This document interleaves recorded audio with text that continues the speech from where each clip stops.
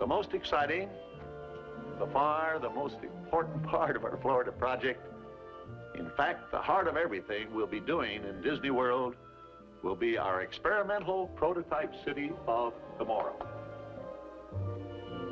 We call it Epcot, spelled E-P-C-O-T, Experimental Prototype Community of Tomorrow. Here it is in larger scale.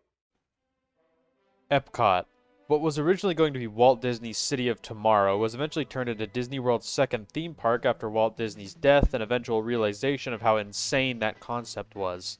The park takes inspiration from the old world's fairs in that many of the attractions are sponsored by other companies and are meant to show us human progression and the crazy innovations we have made. But with the possibility of companies no longer sponsoring attractions or audiences just not really wanting an explanation of how energy works from Ellen DeGeneres, many of the attractions have closed. Going through every single attraction that has closed in this park would probably take a while, so instead we're just going to focus on the actual rides instead of the many films and shows that were also located throughout the park. So sadly, we will not be talking about Symbiosis or Food Rocks.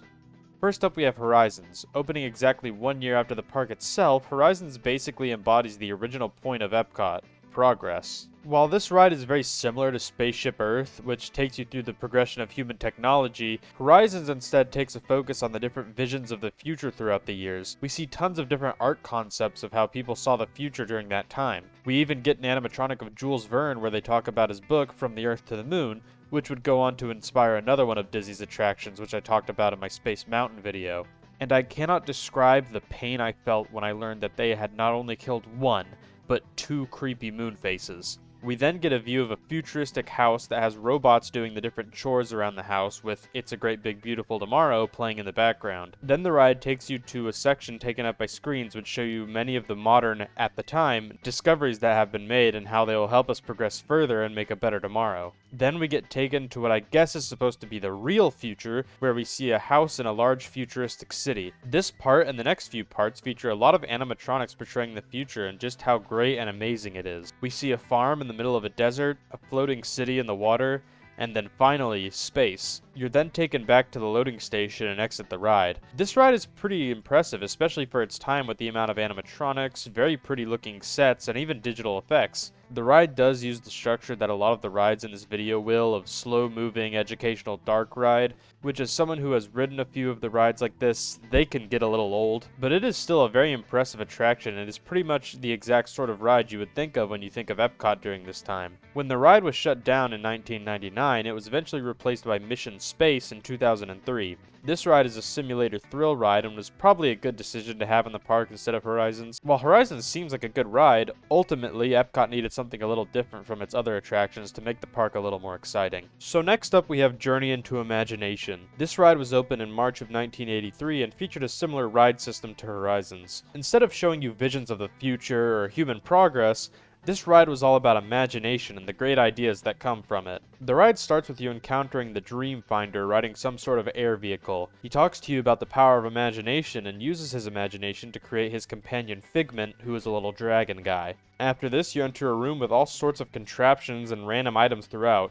From this point on, the ride takes you through many different rooms that are supposed to represent all of the different things you can create with your mind, and it is all so fun to look at. There's a part all about different words where you can see Figment playing with blocks and spelling different animals, and you can then see a projection changing as he does it. The ride ends with an animatronic Figment surrounded by projections of himself doing all kinds of different things while they all sing the ride's main theme. You then see the Dream Finder telling you goodbye, and the ride takes you out to unload. This ride has so much creativity to it, and even though I never got to see it in person, I can still appreciate everything that it did. But you saw the title of this video and you know its ultimate fate. The ride was eventually replaced with Journey into Your Imagination and provided a very boring experience compared to the original. The theming has been changed to be more of a science experiment and takes you through different tests that you go through. The ride doesn't really show you anything that special, it's mostly just stuff like, whoa, that butterfly disappeared, or whoa, this magnifying glass is really big. The coolest part of this ride is probably the upside down room because it's cooler than everything else in this ride.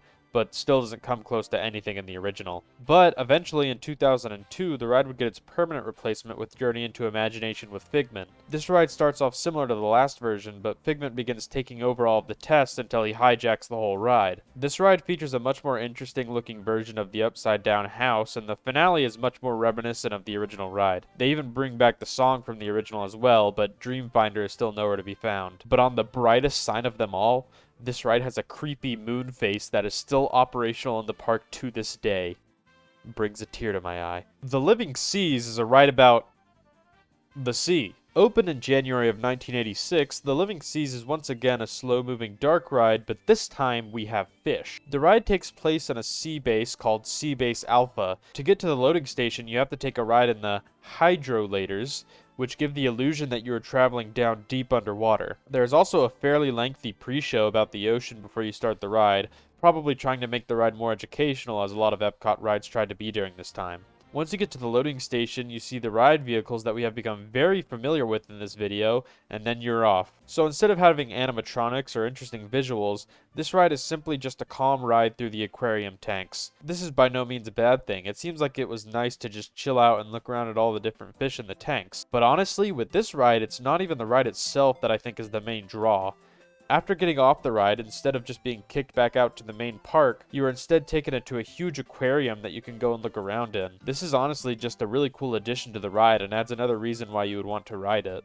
And then when you want to leave the aquarium, instead of just having a normal exit door, you go into another set of hydrolators to further immerse you in the fact that you were just in a sea base. This sort of attention to detail is really cool to see at an attraction like this, and I'm a big fan. Eventually, in early 2007, the ride was rethemed around Finding Nemo, and the ride became less of a slow look through an aquarium, and more of a ride that just took you through the story of Finding Nemo with animatronics and screens. But the ride still opens back up into a large aquarium, and having ridden this one myself, I can say that it is still really cool to look around in, and adds another fun reason to check out this ride. World of Motion is another slow-moving educational dark ride, but this time it is about the progression of transportation throughout human history. Are you starting to notice a trend with these early Epcot rides? I understand that a lot of these rides were enjoyed by so many people, and a lot of them were sad to see them go, but ultimately I think I'm starting to understand why a lot of these rides closed. With a few exceptions, like Journey into Imagination, most of these rides just blend together and use the same format over and over and over again, and don't do much to innovate on the concept. So many of these rides can just begin to feel like long, drawn-out lectures about some large corporate entity's view of tomorrow, with a few animatronics thrown in to try and keep things slightly interesting. I really would try to go more in depth about this ride and what all it has in it, but I'm not going to, because I think at this point it's just starting to get a little repetitive. The ride doesn't have any interesting visuals like Journey into Imagination, no cool destination at the end like The Living Seas. It's just a decent educational dark ride about the progression of human transportation, and there is not much more to say about it. The ride was eventually replaced with Test Track, and I think that this is a much better fit for teaching people about transportation and modern vehicles, while still offering them a really fun ride alongside it. In my opinion, this was a very good replacement.